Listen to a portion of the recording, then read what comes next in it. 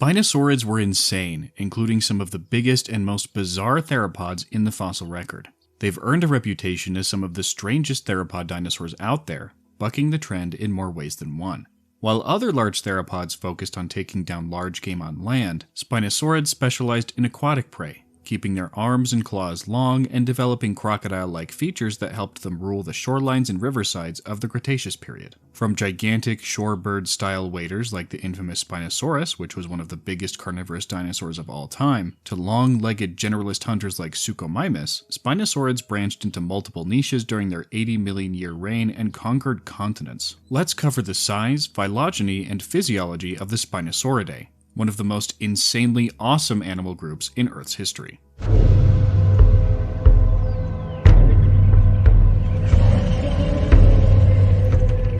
I have to preface the evolutionary relationships of the Spinosauridae with this. They are a broken mess. We have a rough understanding of the overall groups within the family level, but since most Spinosaurids are known from crappy material, specific placements are mostly guesswork and will change between papers published months apart from one another, even without any new fossils to change the data. Their relationships are that unstable. Their phylogeny, or their evolutionary groupings presented in this video, are based on studies from 2021 to 2026, but are not only subject to change, they're guaranteed to. That being said, there are a few characteristics that are highly consistent across the Spinosaurids. Their long, narrow, crocodilian skull shape is a defining feature, along with conical teeth ideal for gripping fish and other slippery prey. Most theropods have laterally compressed and serrated teeth more like knives, or railroad spikes in the case of tyrannosaurs. Spinosaurids didn't care about crushing prey or slicing through heavy muscle, they just wanted to grab their dinner and keep it from wiggling away. In order to help with that, they had the classic Spinosaur rosette, a sort of circle of bone formed by the premaxilla and interior dentary. It's good for catching fish, I hear. Another typical trait, at least based on the very few relatively complete species,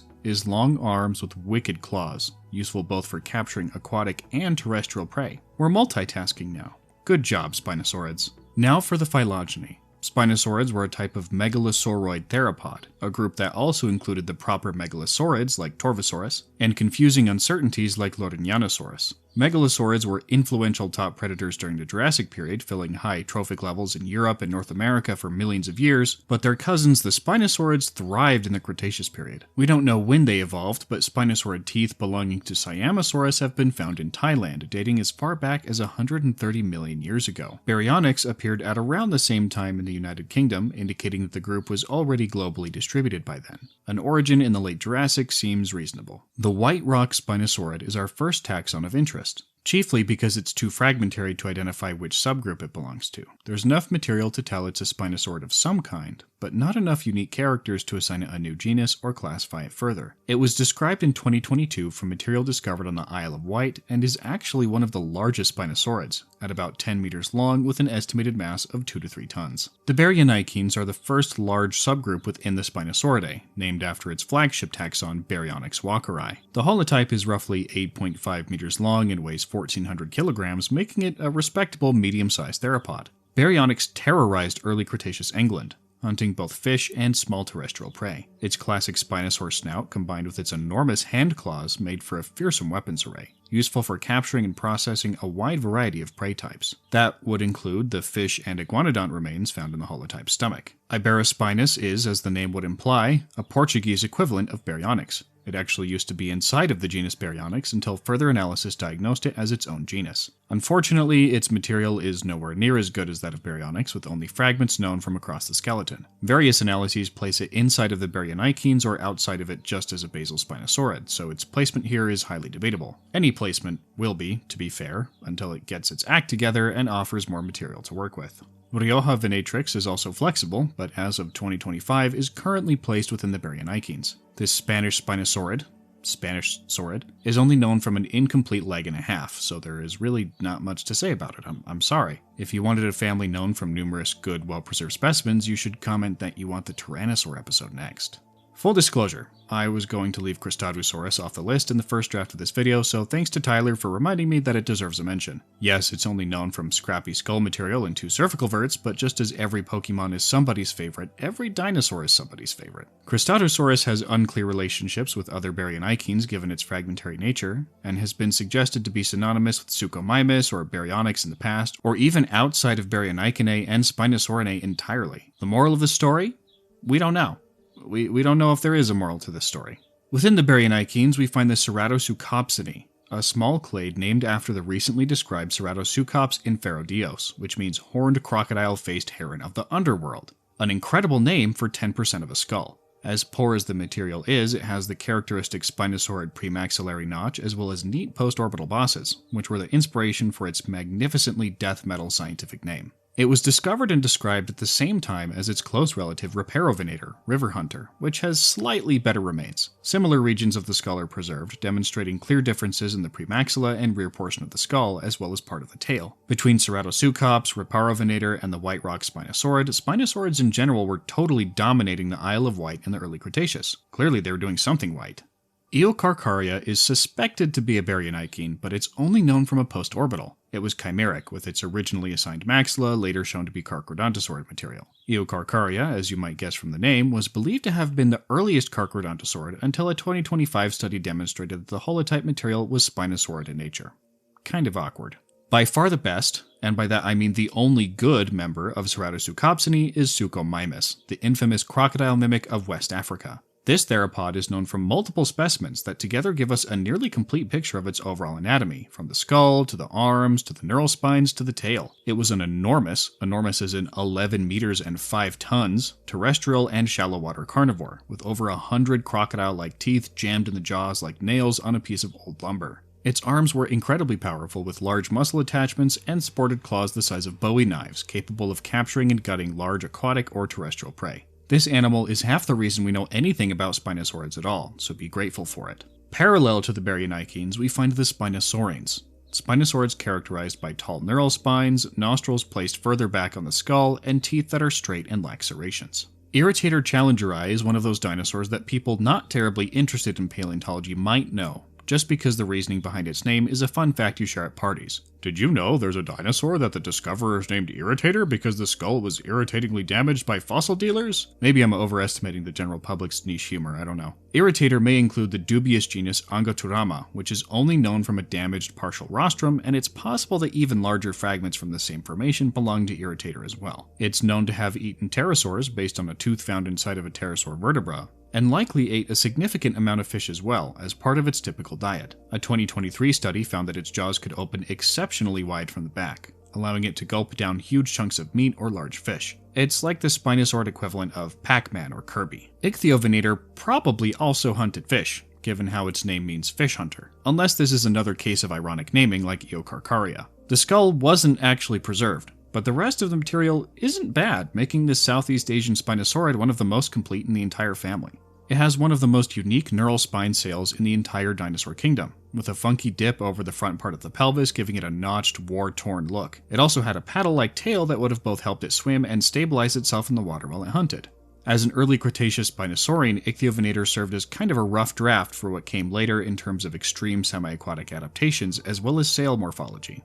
It seems that late Jurassic and early Cretaceous Asia was the cradle of evolution for multiple incredibly iconic theropod clades, including Spinosaurids, Megaraptorans, and Tyrannosaurs themselves. Valle Bonavenatrix is extremely tentatively placed in Spinosauridae in this video, since the most recently published Phylogeny placed it here, but I'll say that its actual relationships to other Spinosaurids are highly unstable. It's been placed outside of Spinosaurinae and Baryonychinae entirely, regarded as a Spinosaurine, and seen as a Baryonychine at various times over the last decade or so. Given how early it lived, almost 130 million years ago, it wouldn't surprise me at all if it turned out to be a more basal member of the group after all. The material is quite scrappy, giving us barely anything to work with other than, hey, a bear-sized Spinosaurid lived here a long time ago. Within the Spinosaurinae are the Spinosaurinae, the even more Italian mafiosi-sounding members of the fish-eating theropod world. This clade includes Spinosaurus proper and its closest relatives, which may or may not include Australalia, a large Brazilian Spinosaurid known from a tip of a snout that was tragically damaged in the 2018 Brazilian National Museum fire.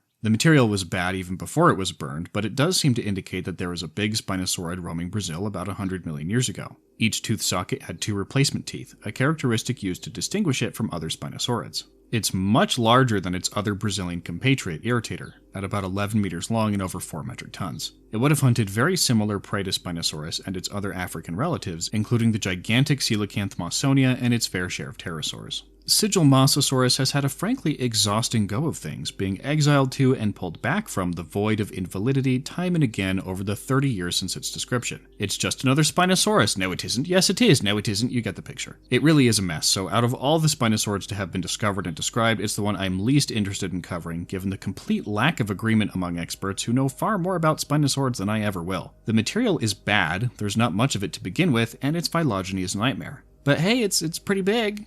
Still not worth it. Camarasaurus was originally thought to be a ceratosaurid, but multiple studies starting in 2019 reassigned it to the Spinosauridae, with a 2025 paper indicating it specifically belonged in the Spinosaurinae as a very close relative to Spinosaurus itself. I'm starting to get sick of saying Spinosaur so many times, but the animals are cool, so I'll tough it out. As you may expect by this point, Camarasaurus is only known from a partial skeleton, with bits and pieces of vertebrae and limb material. It's quite sad. It's interesting that Spain was home to such a derived Spinosaurin that early in the Cretaceous, however, given how Europe seemed to be where most of the Baryonychines were hanging out. This would suggest that the split between Spinosaurinae and Baryonychinae was likely very early in the Cretaceous, potentially pushing the origin of the Spinosaurid family even further back into the Jurassic. Spinosaurus mirabilis is a beautiful animal. Even accounting for how the material is fairly scrappy, with bits from the tail, spine, legs, and skull, the little bits that there are give us a somewhat decent idea of its proportions. And more importantly, the scimitar crest on its skull. The 3 known specimens each have slightly different crests, all of which are vascularized and made of thick bone. It lived much further inland than Spinosaurus aegyptiacus and had longer legs, potentially filling a more terrestrial niche than its larger cousin. None of the mirabilis specimens are believed to be fully grown, so an adult size for the species is unknown. But based on the fossils we have, it was somewhat smaller than a subadult Spinosaurus aegyptiacus. It has a build much closer to that of the Jurassic Park 3 Spinosaurus, but probably not the body size. That honor belongs to Spinosaurus aegyptiacus, which was known from a holotype destroyed in the 40s and now has a reference specimen with short legs and a paddle tail. This particular breed of Spinosaurus was an enormous semi-aquatic carnivore, likely wading or lurking in the shallows to capture huge fish. The holotype and neotype are roughly the same size, in the 10 to 11 meter, 3.8 ton range, but we know that the neotype wasn't fully grown thanks to a histological analysis performed in 2014. Multiple fragmentary specimens, assigned to S. aegyptiacus with varying degrees of confidence, imply adult sizes closer to 15 meters and 8.5 to 9.9 tons. The highest end, using the largest fragments, would make Spinosaurus the second or third largest described theropod, neck and neck with Zeusanctyrannus and just behind Tyrannosaurus itself. I've got an entire video explaining Spinosaurus aegyptiacus and its potential claim to the megatheropod throne if you're interested in a deeper dive into the subject. Spinosaurids existed for tens of millions of years and were hugely successful throughout the first half of the Cretaceous. They thrived in Europe, Africa, and South America, stalking shorelines, rivers, and terrestrial environments, and sometimes becoming the undisputed apex predators of their ecosystems. Now that you have a basic overview of the clade, let's take a look at the physiological adaptations that made them last for such a long time in a fiercely competitive Cretaceous landscape. One of the principal weapons that helped them succeed as mixed-terrain generalists is their biting style. Carcharodontosaurids had enormous lightweight skulls with wide gapes and thin slicing teeth, perfect for slashing through the muscles and arteries of large prey like sauropods. Tyrannosaurids invested their stat points into raw power, with skulls built like anvils and teeth commonly and accurately compared to railroad spikes. Spinosaurids took a completely different route. They looked at crocodilomorphs, noted how successful they were as semi-aquatic fish hunters and ambush predators, and said, "Give me what they're having." Their long, relatively thin skulls weren't suited for battling other big theropods or wrestling ceratopsians to the ground because they left that fight entirely to start their own minigame in the water. Why have big teeth when million teeth do trick? Their conical teeth were stabbing weapons to grip fish and prevent prey slippage, giving them a serious competitive advantage over other groups of theropods that might have tried their luck at fishing. It gave them an apparent monopoly on piscivory among big theropods in their ranges. Some specialized even further, as described in the 2023 paper on Irritator. Although Irritator does not preserve postcranial material that could advance this debate, it represents the Spinosaurid with the most complete cranial and mandibular remains. Thus, anatomical and functional considerations based on the skull may help to specify the feeding style of this taxon, which is related to its foraging and thus ecology. We interpret the rather weak bite force proposed herein, in relation to other large-bodied theropods, in combination with a rapid jaw closure and robust dentition as indicating that the animal hunted prey considerably smaller than its own body size, which could still include large fishes and smaller dinosaurs. Much of that logic may have applied to other Spinosaurids. They weren't hunting terrestrial herbivores their own size, certainly. Their light skulls and relatively weak bites wouldn't allow for that. But that didn't mean they weren't still hunting megafauna. Look at Mawsonia. Look at that thing. Big Spinosaurians like Spinosaurus and Oshalaia could bite fast enough to catch a muscular fish like this and still had the raw power to restrain it, likely with a combination of their jaws and tremendous hand claws. Those claws would be useful as both a weapon in territorial self-defense and in prey capture, a specialized advantage they had over the big landlubber theropods like Carcs and Tyrannosaurs. Spinosaurids as a group were also flexible in how they interacted with the water. Some, like the dense-boned Spinosaurus aegyptiacus and Baryonyx, were spending a significant portion or even majority of their time in shallow to deeper water hunting, and Spinosaurus was likely not capable of very effective hunting on land given its short hind limbs. Others, like Suchomimus, which had traditional theropod hollow bones, were more terrestrially adapted. Isotopic studies indicate that Suchomimus still spent a large amount of time in water, so it was a great fish hunter, but its long hind limbs and powerful arms made it more than capable of taking down cow-sized land animals without much difficulty. It lived and thrived in both worlds at once, a trait deeply characteristic of Spinosauridae as a whole. From land to water and back again, these croc-snouted theropods were tremendous successes until their extinction in the Cenomanian, which is an event that is still poorly understood. They may have lost the competition with crocodilomorphs, although their coexisting for tens of millions of years pokes some holes in that argument. Perhaps their fish supply was negatively affected by environmental changes associated with the Cenomanian-Turonian deoxygenation event, and they starved to death, unable to compete with the already dominant predators on land. However they ended up dying out, their reign was magnificent, and they will always be remembered for three things. 1. Their unique anatomy. 2. Their constant ability to surprise paleontologists.